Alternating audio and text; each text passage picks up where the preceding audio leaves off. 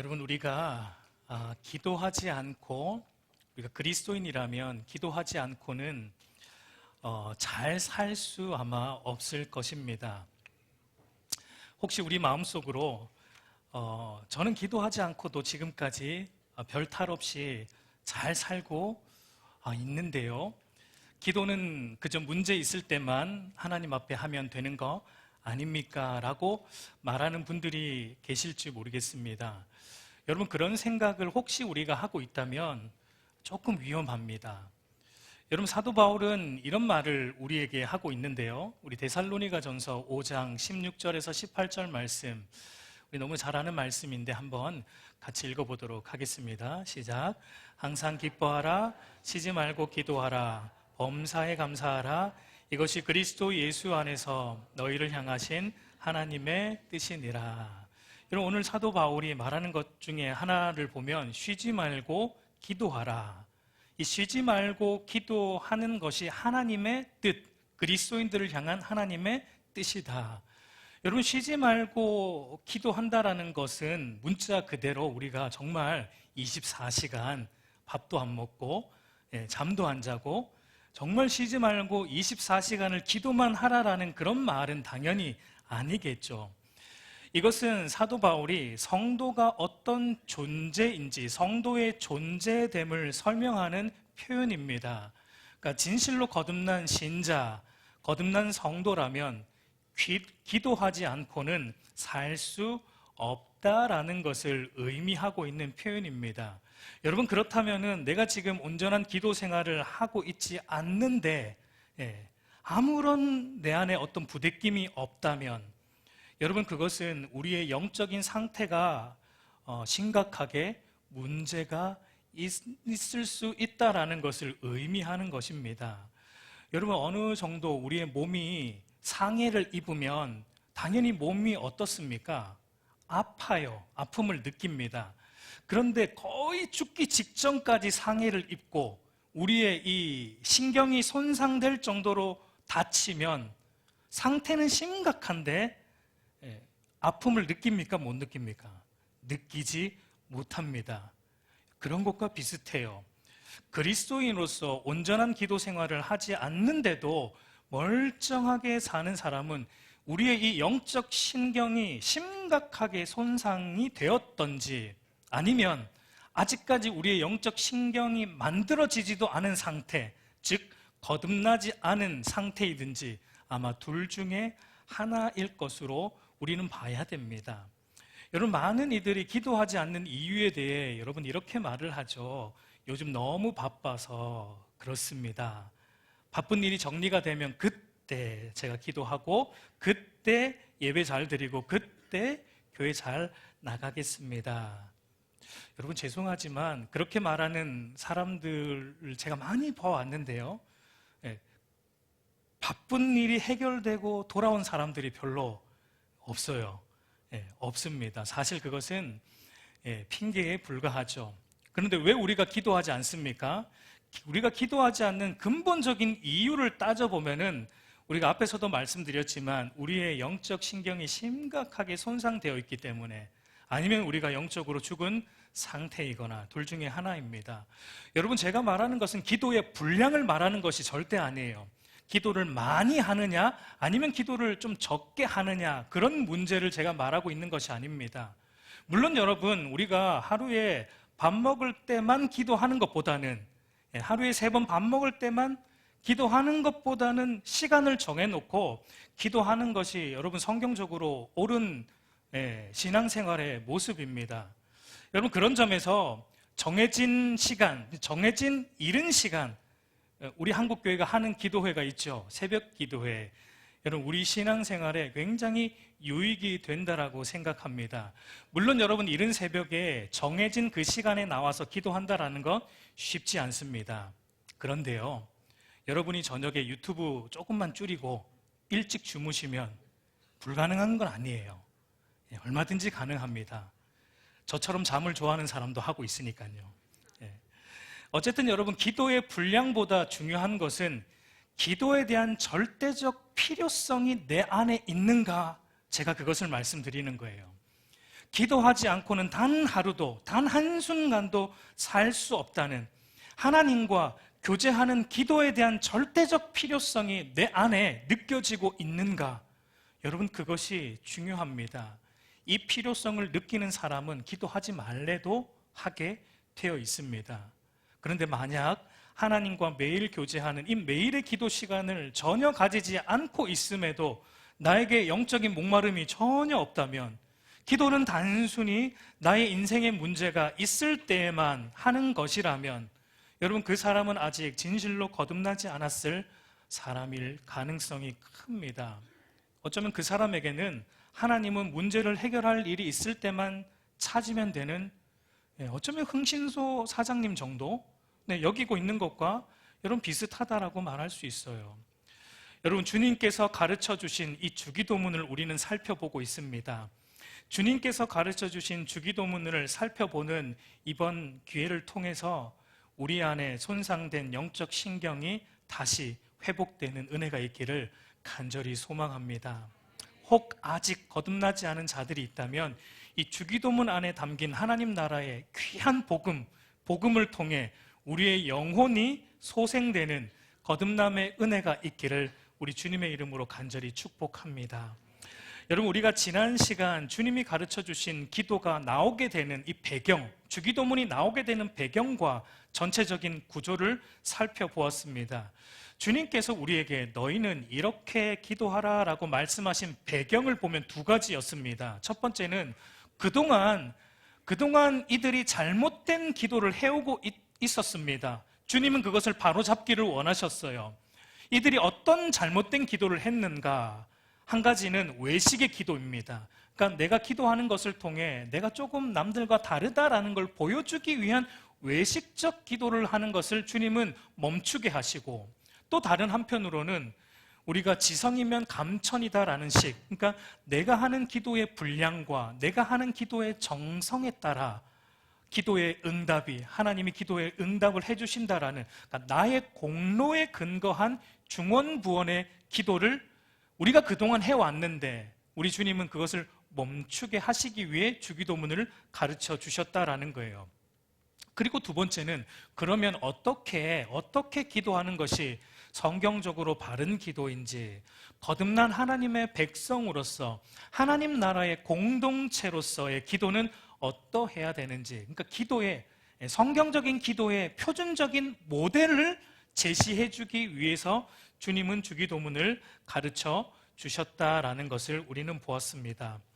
여러분, 그래서 마틴 로이드 존스 목사님 같은 분은 이 주기도문에 대한 산상수훈의 강해서를 썼는데, 그 안에 보면 주기도문은 우리로 하여금 기도할 때마다 이런 생각을 하도록 하게 한다라는 말을 했는데, 이렇게 말하고 있습니다. 우리 글씨 보이는지 모르겠는데요, 우리 한번 같이 읽어보도록 하겠습니다. 시작. 나는 함부로 기도로 치달려 들어가서는 안 된다. 내가 하고 있는 것이 무엇인지도 생각하지 않고 즉각 입을 벌려서는 안 된다. 단순히 어떤 충동이나 느낌에 이끌려서는 안 된다. 내가 항상 유의해야 할 것들이 여기에 있다. 여기에 나의 기도를 위한 표제가 있다. 여기에 내가 옷 입혀야 할 기도의 뼈대가 있다. 주기도문은 내가 진행해 나가야 할 기도의 궤도이다 라고 로이드 존스 목사님은 말씀하고 있습니다. 그러니까 여러분, 내 기분에 따라 충동적으로 기도해서는 안 된다라는 것입니다. 마치 인공위성이 여러분 정상 궤도에 있지 않으면, 이탈하게 되면 문제가 생기듯이 우리의 기도도 마찬가지예요. 우리의 기도가 정상적으로, 그러니까 하나님이 들으시는 기도가 되려면, 정상적인 기도가 되려면 주님께서 너희는 이렇게 기도하라라고 말씀하신 이 기도의 궤도를 따라, 기도의 정상 궤도를 따라 우리가 기도의 자리로 나아가야 한다라는 것을 말씀하고 있습니다. 그렇다면 이 주님께서 가르쳐 주신 이 바른 기도, 성경적 기도의 궤도의 첫 스타트는 무엇입니까? 오늘 우리가 읽은 본문, 우리 다시 한번 보면 마태복음 6장 9절을 보면 이렇게 말합니다. 그러므로 너희는 이렇게 기도하라. 하늘에 계신 우리 아버지여 라고 주님께서 말씀하세요. 그러니까 기도의 첫 번째 궤도는 무엇이냐면 하늘에 계신 우리 아버지여를 부르면서 기도하는 것입니다. 여러분, 이것이 무엇을 의미하는가? 이것은 우리가 기도하고 교제하는 분인 하나님은 어떤 분인지, 그리고 하나님과 우리는 어떤 관계에 있는지, 거기에 대한 바른 인식, 바른 이해를 가지고 기도의 자리로 나아가야 한다라는 것을 우리 주님은 말씀하고 있습니다. 여러분, 한글 성경은 하늘에 계신 우리 아버지여라고 되어 있지만 이 헬라어 성경을 보면 순서가 뒤바뀌어 있습니다. 헬라어 성경은 우리 아버지여 하늘에 계신 이렇게 되어 있는데, 우리가 그 원문 성경의 순서를 따라서 우리 아버지여라는 이 부름이 담고 있는 의미가 무엇인지를 우리가 오늘 먼저 좀 살펴보고자 합니다.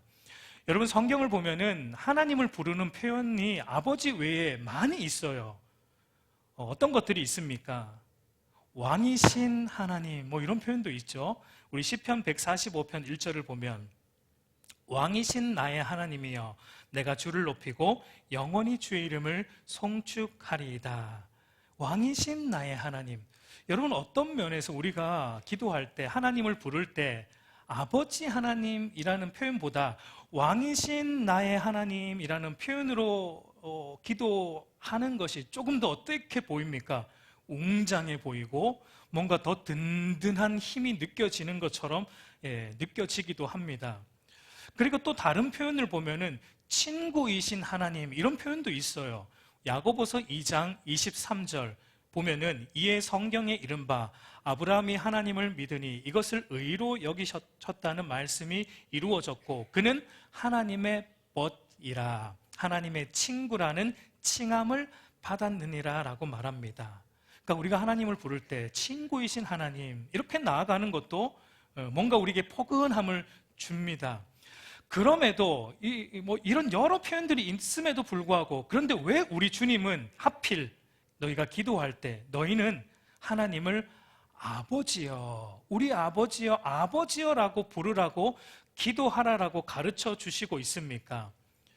여러분, 왕이신 하나님, 친구이신 하나님, 아니면 다른 표현들을 쓰는 것 자체가 문제 있는 것은 아닙니다. 우리가 기도할 때 얼마든지 그렇게 할 수 있어요. 왕이신 나의 하나님, 삼위 하나님, 자비의 하나님, 전능하신 하나님, 이런 표현들을 우리가 얼마든지 기도할 때 쓸 수 있습니다. 그런데 여러분, 이제 주기도문이 무엇입니까? 그러니까 바른 기도, 성경적 기도에 아주 표본이 된다라는 점을 우리가 생각해 보면, 하나님을 아버지로 부르라라고 하신 것은 우리가 기도할 때 가장 먼저 떠올려야 될 하나님과 우리의 관계가 뭐라는 겁니까? 아버지와 자녀의 관계라는 것을 가장 먼저 생각해야 된다라는 것을 주님은 강조하고자 하는 것입니다. 여러분, 우리가 하나님을 부를 때 왕이라는 호칭을 사용해서 왕이신 나의 하나님 이렇게 부르면서 기도하면 그 순간 우리와 하나님과의 관계는 어떤 관계가 설정이 됩니까? 왕이신 하나님은 명령하시고 우리는 그의 백성인 우리는 그분의 말씀에 순종하고 복종해야 하는 일종의 상하 관계가 설정이 됩니다. 여러분, 물론 이 관계 맞아요. 하나님은 우리의 왕이시고 우리는 그분의 백성이 맞습니다. 그리고 하나님에 대해 우리는 언제나 두렵고 떨리는 심정으로 나아가야 함이 마땅합니다. 맞습니다. 그러나 이제 기도의 측면에서 보자면 이 관계에서는 뭐가 조금 빈약합니까? 뭐가 조금 빈약해요? 왕과 백성, 왕과 신하의 관계에서는 무엇이 조금 빈약합니까? 친밀함이 빈약해요. 허물 없이 우리의 속내를 터놓고 말할 수 있는 친밀함이 왕과 백성의 관계에서는 조금 부족합니다.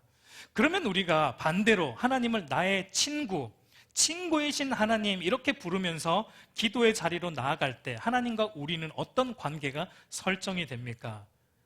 허물 없는 관계, 우리의 속내를 마음껏 터놓고 기도할 수 있는 친구 관계가 설정이 돼요. 그런데 여러분, 또 이 관계는 또 무엇이 빈약합니까? 경외심. 경외심은 빈약해요. 우리가 친구를 대할 때 어떤 왕 앞에서, 왕의 위엄 앞에서 가지는 경외심을 가질 수는 없습니다. 그런데 이 두 가지, 경외심과 친밀함을 동시에 갖춘 최적의 모습은 어떤 관계를 보여줍니까? 그것이 바로 아버지와 자녀의 관계예요. 여러분, 어린 자녀는, 우리도 다 경험을 해왔듯이 어린 자녀는 아버지에 대한 경외심이 있고 또 친밀함도 있습니다. 우리 한 4살, 5살 요 정도 어린 자녀 아이를 우리가 생각해 볼 때 4, 5살 난 아이들에게는 아버지는 어떤 존재입니까? 슈퍼맨과 같은 존재예요. 예, 못하는 게 없습니다. 모든 걸 할 수 있는 전지전능한 존재처럼 여겨집니다. 물론 조금만 더 크면 압니다. 우리 아버지도 못하는 게 있구나.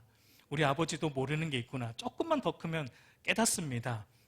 그러나 그걸 깨닫기 전까지는 아버지의 존재 앞에서 경외심이 있어요. 그 범접할 수 없는 위험을 느낍니다. 그러면서 동시에 어떻습니까? 아무런 거리낌 없이 언제든지 달려가 안길 수 있는 친밀함도 느낍니다. 물론 여러분, 우리가 오늘날 아버지 이미지로 생각하면 안 돼요. 오늘날 우리 육신의 아버지는 허물과 결함이 많은 부족한 자들이죠. 그러나 성경이 말하는 이 아버지의 이미지는 이 두 가지가 완전하게 갖추어져 있는, 경외심이 있으면서 친밀함도 있는 이상적인 아버지 상입니다. 여러분, 우리가 기도하러 나아갈 때 우리의 기도가 정상 궤도에 진입하려면 바로 이걸 생각해야 되는 거예요. 전능하신 하나님의 위엄 앞에 두렵고 떨리는 경외의 심정으로 나아가지만 동시에 친밀함으로 그저 그분 품에 안겨 모든 것을 맡길 수 있는 신뢰하는 어린아이와 같은 심정으로 범접할 수 없는 그 위엄으로 자기 자녀를 한없이 사랑하고 신실하게 돌보시는 선하신 아버지께 나아가는 마음으로 기도의 문을 열어야 된다라는 것을 말씀하고 있는 거예요. 하나님께 기도할 때 여러분, 서로의 이익에 따라 움직이는 거래의 관계로 기도해서는 안 됩니다. 아무런 조건 없이 그저 함께 있는 것만으로 충분한 아버지와 자녀의 관계로 기도의 문을 열어야 한다라는 것, 주님이 말씀하세요. 그런데 여러분, 한번 생각해 보십시오. 우리가 여기서 생각해 볼 것은, 우리가 교회를 오래 다니다 보니까 우리가 아무렇지도 않게 하나님을 아버지로 부르고 있는데, 여러분, 실은 이것은 불가능한 일입니다. 여러분, 예수님이 너희는 이렇게 기도하라, 우리 아버지여. 여러분, 예수님은 하나님의 유일한 아들로서 하나님을 아버지로 부르는 것에는 아무런 문제가 없습니다. 그러나 우리는 문제 있습니다. 우리는 사실은 하나님을 아버지로 부를 수 없습니다. 우리는 하나님과 동등한 존재가 아니기 때문에 우리는 하나님이 피조한 피조물에 불과합니다.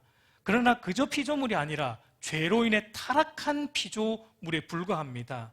그래서 성경은 우리를 이렇게 말합니다. 에베소서 2장 2절에서 3절 우리 한번 같이 읽어보도록 하겠습니다. 시작. 그때 너희는 그 가운데서 행하여 이 세상의 풍조를 따르고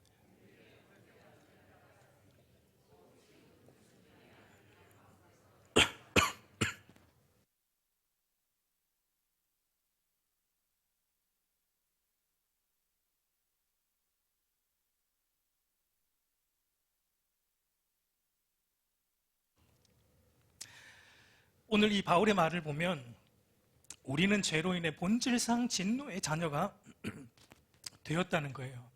그렇기 때문에 우리가 하나님을 아버지로 부르는 것은 불가능한 것입니다. 그래서 여러분, 하나님을 아버지로 부르라는 이 예수님의 가르침은 오늘 우리에게 그렇게 충격적이진 않습니다. 그러나 이 당시 유대인들에게는 충격 그 자체였습니다. 왜냐하면 여러분, 유대인들의 사상으로 아버지와 아들의 관계는 본질적으로 동등함을 의미하기 때문입니다. 여러분, 인간은 인간을 낳고 동물은 인간을 못 낳습니다. 동물은 동물을 낳아요. 그러니까 하나님을 아버지로, 그러니까 하나님의 아들이라는 것은, 하나님을 아버지로 부르는 하나님의 아들이라는 것은 그분은 누구라는 겁니까? 하나님이라는 거예요. 그렇기 때문에 여러분, 이 유대인들은 하나님을 아버지로 부른다는 것은 하나님과 자신을 동등한 존재로 여기는 것이기 때문에 신성모독으로 생각했고, 이것 때문에 유대인들이 예수님을 잡아 죽이고자 했던 주된 이유였어요. 요한복음 5장 18절 말씀 우리 한번 같이 읽습니다. 시작. 유대인들이 이로 말미암아 이는 안식일을 범할 뿐만 아니라 하나님을 자기의 친아버지라 하여 자기를 하나님과 동등으로 삼으심이러라 라고 말합니다. 그러니까 하나님을 아버지로 부른 예수님을 유대인들은 신성모독, 하나님과 동등되다라는 신성모독으로 여겼기 때문에 죽이고자 했다라는 거예요. 그래서 여러분, 유대인들은 절대 하나님을 아버지로 부르지 않습니다. 큰일 나는 거예요. 잡혀 죽는 거예요.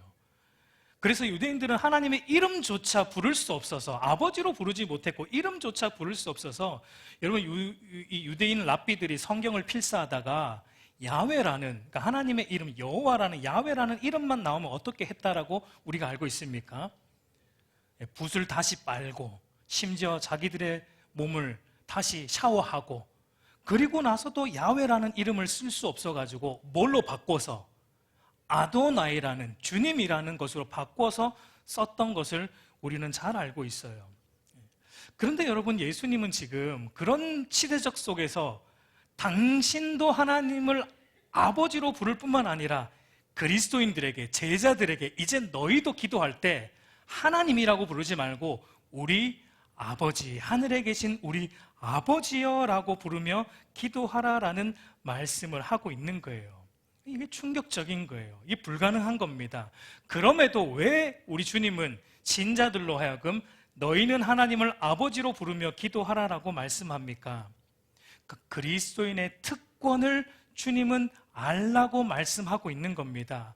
하나님을 아버지로 부르는 것은 여러분, 우리의 인간의 권리가 아니에요.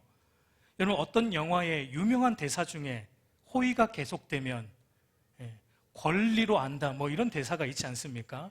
그런 말과 마찬가지예요. 우리가 하나님을 너무나 쉽게 아버지로 부르고 있기 때문에 어느 순간 우리는 그것을 권리처럼 여기고 있지만 그건 우리의 권리가 아닙니다. 우리가 할 수 있는 게 아니에요. 하나님은 창조주고 우리는 피조물에 불과하기 때문입니다. 하나님을 아버지로 부를 수 있는 분은 유일한 그분의 아들 예수 그리스도밖에 없습니다. 그런데 왜 그리스도인들에게 감히 하나님을 아버지로 부르라라고 주님은 말씀합니까? 우리 요한복음 1장 12절 우리 한번 같이 읽어보겠습니다. 시작. 영접하는 자, 곧 그 이름을 믿는 자들에게는 하나님의 자녀가 되는 권세를 주셨으니, 갈라디아서 3장 26절 함께 읽습니다. 너희가 다 믿음으로 말미암아 그리스도 예수 안에서 하나님의 아들이 되었으니라고 말합니다. 그러니까 하나님을 인격적으로 우리가 아버지로 부르고 인격적으로 하나님과 교제할 수 있는 것은 모든 사람에게 허락된 것이 아니라 누구에게만? 영접하는 자, 하나님의 특별한 은혜로 예수 그리스도를 믿음으로 거듭난 신자들에게만 주어진 놀라운 영적 특권이라는 겁니다. 너희의 권리가 아니라 이것은 하나님의 놀라운 선물이고 영적 특권이라는 것을 주님은 말씀하고 있는 것입니다. 여러분, 예수님께서 공생의 기간 동안 예수님은 항상 하나님을 부를 때 아버지라고 부르셨어요. 하나님을 아버지, 내 아버지라고 우리 주님은 부르셨습니다.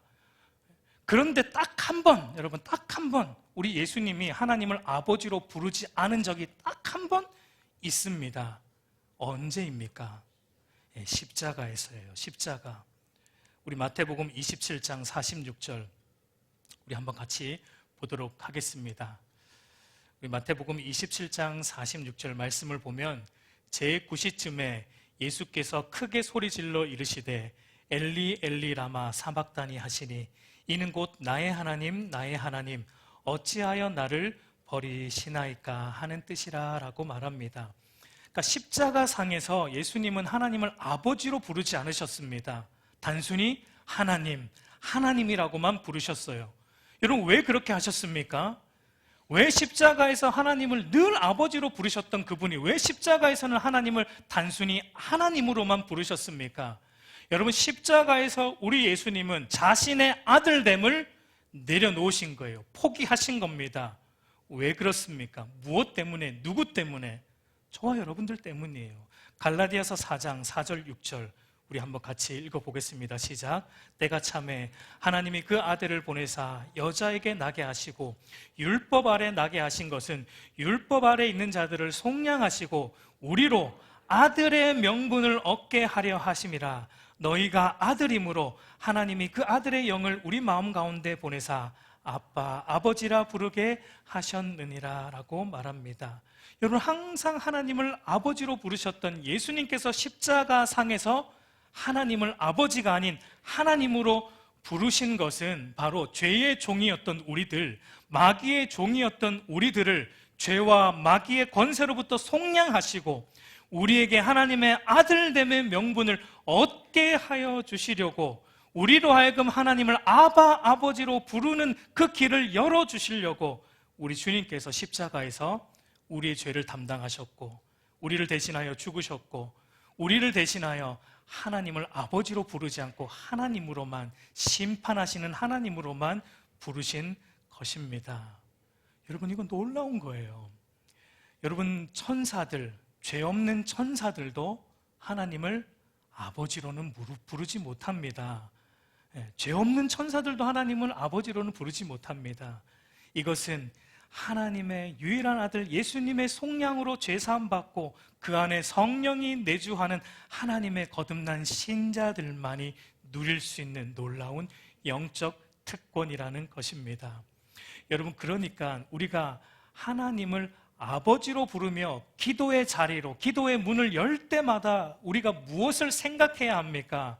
하나님의 유일하신 아들 예수님을 믿음으로 내가 하나님의 자녀가 되는 이 특권을 받았다는 복음의 능력, 그리고 기도로 그 특권을 날마다 누리고 있다는 사실을 저와 여러분이 기도할 때마다, 기도의 문을 열 때마다 생각하고 생각해야 한다는 것입니다. 여러분, 하나님의 자녀됨의 특권이 무엇입니까? 그것은 전능하신 하나님 아버지의 인도와 돌보심에 대한 확신이에요. 앞에서 언급했지만 4, 5살 난 자녀들의 모습을 다시 한번 우리가 상상을 해보자고요. 생각을 해보자고요. 여러분, 어린 자녀에게는 아버지에 대한 전적인 확신이 있습니다.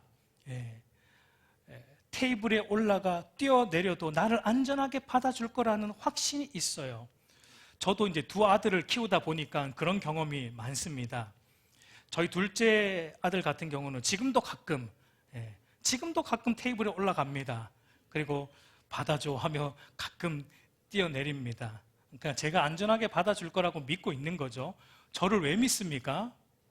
옆집 아저씨가 아니고 제가 자기 아빠기 때문에, 누구보다 자기를 사랑하고 아끼는 아빠인 것을 알고, 그리고 또 뭘 아냐면 자기 정도의 무게는 얼마든지 충분히 받아낼 수 있는 힘이 있다는 것을 알기 때문에, 저를 신뢰하기 때문에 자기 몸을 맡길 수 있는 것이죠. 여러분, 우리가 하나님을 아버지라며 부르며 기도한다는 것은 그런 의미입니다. 전능하신 하나님께서 나의 신실한 아버지시기에 어떠한 순간에 내가 처해 있을지라도 하나님이 나를 받아주시고 나를 가장 선한 길로 인도하여 주실 것에 대한 확신과 신뢰를 가지고 기도하라는 거예요. 기도의 자리로 나아가라는 거예요. 비록 우리 눈에 보이는 현실은 우리가 원하는 현실이 아닐 수 있지만 그 현실에 좌절하지 말라는 겁니다. 하나님은 말씀으로 모든 만물을 창조하신 전능하신 분이시면서 동시에 우리를 누구보다 잘 아시고 우리가 기도하기 전에 이미 우리의 필요를 다 아시고 그리고 항상 좋은 것으로 주시고자 하는 아버지 하나님이라는 이 사실을 알므로 이것에 대한 바른 이해와 바른 인식을 가짐으로 너희의 기도의 문을 열어야 된다라고 주님은 가르치고 있는 거예요. 여러분, 우리가 오후 예배 때 다루고 있는 사도신경도 보면은 그 첫 번째 시작이 무엇입니까? 우리 한번 같이 읽어볼까요? 시작. 나는 전능하신 아버지 하나님 천지의 창조주를 믿습니다. 여러분, 주기도문의 시작과 사도신경의 시작이 똑같습니다. 똑같아요. 똑같아요. 그러니까 전능하신 하나님을 아버지로 믿고 확신하고 신뢰하는 것, 이것이 우리의 믿음과 신앙의 기초이고 우리의 기도의 기초라는 것입니다. 그래서 하이델베르그 요리문답 26문, 우리가 오후 예배 때도 보았지만 우리 다시 한번 보도록 하겠습니다. 문을 보면 나는 전능하신 하나님 아버지 천지의 창조주를 믿습니다 라고 고백할 때 당신은 무엇을 믿습니까? 우리 답을 함께 읽어보겠습니다. 시작. 우리 주 예수 그리스도의 영원하신 아버지께서 아무것도 없는 중에서 하늘과 땅과 그 가운데 있는 모든 것을 창조하셨고 또한 그의 영원한 작정과 섭리로서 이 모든 것을 여전히 보존하고 다스리심을 믿으며 그 하나님께서 그의 아들 그리스도 때문에 나의 하나님과 나의 아버지가 되심을 나는 믿습니다. 그분을 전적으로 신뢰하기에 그가 나의 몸과 영혼에 필요한 모든 것을 채워주시며 이 눈물 골짜기 같은 세상에서 당하게 하시는 어떠한 악도 합력하여 선을 이루게 하실 것을 나는 조금도 의심치 않습니다. 그는 전능한 하나님이기에 그리하실 수 있고 신실한 아버지기에 그리하시기를 원하십니다. 아멘. 여러분, 이 사실에 대한 믿음, 전능하신 하나님이 나의 신실한 아버지라는 사실에 대한 믿음이 우리의 기도의 문을 여는 열쇠이고 우리의 기도가 정상적으로 작동하게 하는 기도의 첫 번째 궤도라는 것을 우리 주님께서 말씀하고 있어요. 여러분, 우리가 대체로 언제 기도가 안 됩니까? 여러분, 대체로 언제 기도가 잘 안 돼요? 그리고 언제 여러분의 신앙생활에 침체가 옵니까? 여러 가지 이유가 있겠지만 대체로 내가 바라는 것이 응답이 안 될 때, 내가 원하는 대로 어떤 일들이 이루어지지 않을 때 우리는 속으로 이런 생각을 하죠. 기도해도 별로 소용이 없네. 하나님이 내 기도 들어주시는 거 맞는가 하는 의심을, 우리는 하나님에 대한 섭섭한 마음을 가지게 돼요. 여러분, 우리가 기도하지 않는 모습을 보면 우리 안에 하나님에 대한 섭섭함이 여전히 있기 때문입니다. 신앙생활이 힘이 없는 것도 여전히 우리 안에 하나님에 대한 섭섭함이 있기 때문이에요. 그런데 여러분, 사실 우리가 하나님에 대해 섭섭한 마음을 가지는 것은 여러분 옳지 않아요.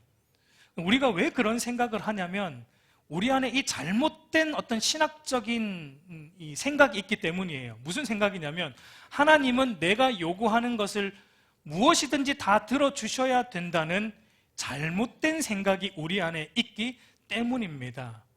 여러분, 하나님을 믿지 않는 무신론자들도 그들의 심리를 파고 들어가 보면 하나님의 존재 자체를 그들도 부정하지 않아요. 물론 말로는 그러는데 그들도 하나님의 존재를 부정하진 않습니다. 그들의 심리를 들어가 보면 그들이 하나님이 없다고 말하는 그 이면에는 뭐가 있냐면 하나님에 대한 섭섭함입니다. 하나님에 대한 불만이에요. 대체적으로 이런 생각이 그들도 합니다. 전능하시고 선하신 하나님이 있다면 왜 이 세상에 이렇게 고통이 있는가? 왜 이 세상은 이렇게 불공평한가? 이런 하나님에 대한 섭섭함, 그것이 우리 인간의 죄 때문인 것은 보지 못하면서 모든 문제의 원인을 하나님께 돌리면서 하나님께 불만을 표하면서 하나님을 그림자 취급하는 것뿐이지 하나님의 존재 자체를 그들도 사실은 부정하지는 않습니다. 여러분, 무서운 것은 그런 심리가 우리 믿는 저와 여러분들 신자들 안에도 어느 정도 작용하고 있다는 거예요. 우리가 생각해요. 예수님 믿고 나면 다 잘 될 줄 알았는데, 하나님께 기도하면 다 들어주실 줄 알았는데 왜 안 들어주시냐는 것입니다. 내가 이런 아픔 가운데 있는데, 이런 깊은 수렁에 내가 빠져 있는데, 내가 이렇게 건져달라고 기도하는데 왜 하나님은 이 고통 속에 나를 그대로 내버려 두시냐는 것입니다. 여기에서 섭섭한 마음이 들면 우리는 이제 기도하지 않아요. 신앙생활을 등한시하게 돼요. 여러분, 시편을 보면 그런 시들을 많이 봅니다. 나를 깊은 수렁에 빠져 있습니다. 하나님, 나를 깊은 수렁에서 건져 주십시오라는 간구들이 시편에 많아요. 그런데 여러분, 하나님이 그런 시인들의 간구에 어떻게 하십니까? 침묵하십니다. 시인들은 계속 부르짖습니다. 건져 주십시오. 도와주십시오.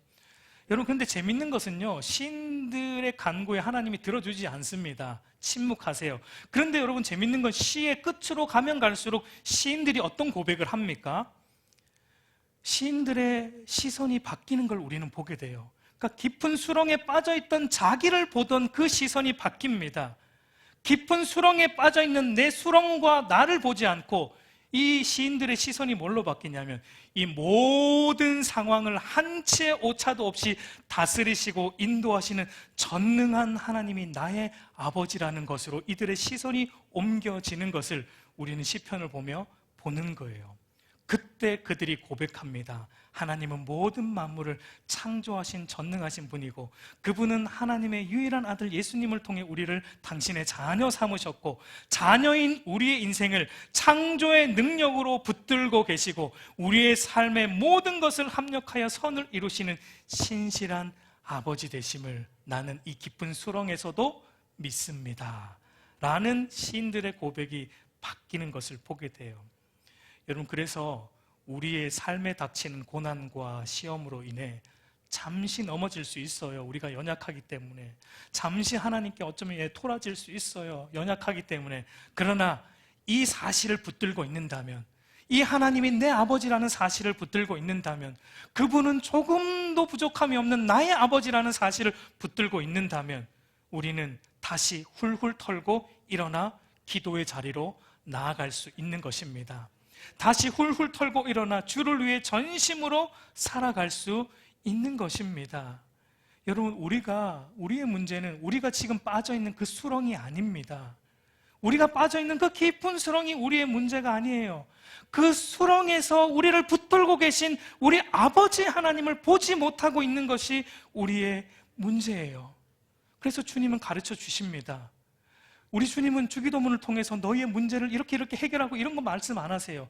우리 아버지요, 이걸로 기도를 시작해라.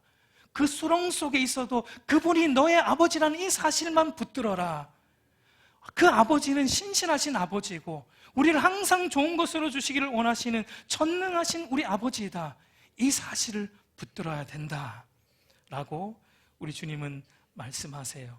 그래서 여러분, 이것을 알면 우리의 기도의 문이 활짝 열립니다. 여러분, 우리의 기도가 힘이 생기는 거예요.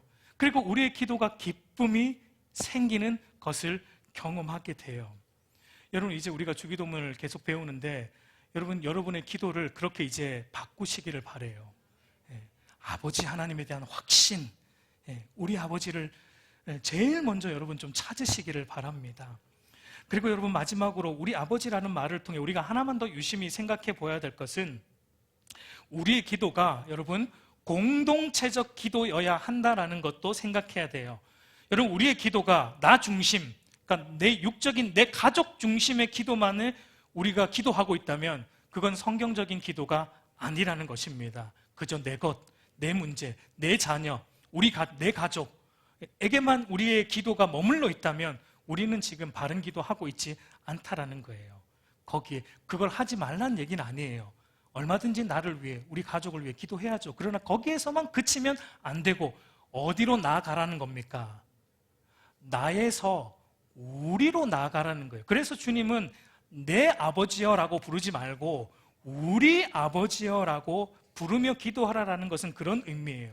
나의 기도가 내 가족에게 머물러 있으면 안 되고 이제 확장이 되어야 돼요. 우리를 위해 기도해야 된다라는 것을 말씀하고 있습니다. 여러분, 이 우리라는 바운더리는 그저 나랑 친한 사람들만 해당하는 건 아니에요.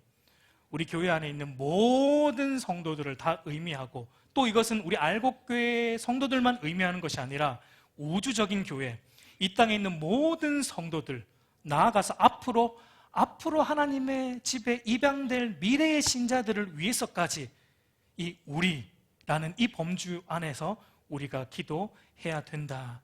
나 중심의 기도에서 이제는 좀 벗어나라. 주님 말씀하십니다. 우리 아버지, 우리의 그 기도로 확장이 돼야 된다라고 말씀하고 있습니다. 우리 사랑하는 성도 여러분, 이제 말씀을 맺겠습니다. 여러분, 이 땅의 육적인 아버지도 자기 자녀에게 좋은 것 주고자 합니다. 그러나 우리 조금도 흠이 없으신 전능하시고 신실하신 우리 아버지 하나님, 여러분 어떠하겠습니까? 여러분, 갓난 아기들이 옹알이 하다가 말을 처음 할 때 가장 먼저 하는 말이 보통 뭐죠? 엄마죠. 우리 아빠들 섭섭해 하겠지만 엄마를 가장 많이 해요. 먼저 합니다. 그런데 여러분, 이제 저희 가족 얘기를 해서 죄송한데요. 저희 첫째가 입을 뗐을 때 제일 먼저 하는 말이 아버지였습니다. 아빠도 아니었고요. 아버지라는 말을 제일 먼저 했습니다. 아마 그때 제가 안고 아버지라는 말을 하며 기도했던 게 영향을 준 것 같기도 해요. 그때 저희 집사람이 조금 서운해했지만 저는 기분이 너무 좋았어요. 너무 좋았습니다. 아버지 하니까, 그것도 깐난아기가 아버지 하니까 너무 좋았어요. 여러분, 근데 이제 조금 자라서 걷기 시작하면서도 저한테 오면서 아버지 하며 옵니다. 어린아이가. 그때 제 심정이 어땠냐면, 그래, 내가 네 아버지다. 너에게 유익이 되는 건 내가 다 해줄게. 이런 심정이었습니다. 다 해주고 싶은데 중요한 건 이 아이에게 유익되는 것만 해주고 싶은 아버지의 마음이에요. 우리 하나님도 그렇다는 거예요. 우리 하나님도 저와 여러분이 아버지, 우리 아버지 하며 기도의 자리로 나아갈 때 하나님의 심정도 그래요. 그래, 내가 네 아버지다. 내가 네 아버지다. 너에게 유익이 되는 건 내가 뭐든지 다 해줄게. 걱정하지 마라. 여러분, 우리가 기도할 때 아버지로 부르면 그런 심정이 느껴지는 거예요. 우리를 위해 유일한 아들 예수님도 다 내어주셨다면 여러분, 하나님이 우리를 위해 뭘 더 안 해주시겠습니까? 그런데 우리에게 유익된 것만 해주실 것입니다. 여러분, 우리가 거기에 대한 확신이 있어야 돼요. 신실하신 하나님에 대한 이 확신, 그 아버지에 대한 확신, 유익된 것, 나를 가장 선한 길로 인도하고 계신다는 그 확신, 지금 현재의 상황을 여러분 보지 마십시오. 우리 아버지께서는 가장 좋은 길로 우리를 인도하시는 신실한 아버지라는 그 확신, 믿음을 가지고 여러분, 이제부터 기도의 문을 여십시오. 그래서 이제 우리의 기도가 즐거움이 넘치는 기도의 자리가 되기를 소망하고, 기도의 기쁨이 충만한 우리의 기도 생활이 되는 은혜가 있기를 우리 주님의 이름으로 축복합니다.